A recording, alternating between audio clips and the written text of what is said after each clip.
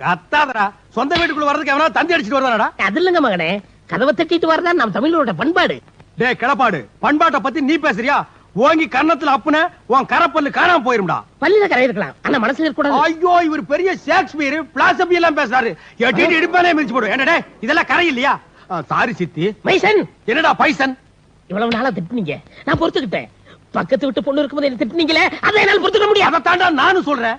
எனக்கு ஒரு பொண்ணு பார்க்காம பக்கத்து வீட்டு பொண்ணு, அடுத்த வீட்டு பொண்ணு, எதிர் வீட்டு பொண்ணு எல்லாம் கூட்டி வந்து ஊட்டி அடிக்கிறது என்னால பொறுத்துக்க முடியல. மரியாதையை வெளிப்படா.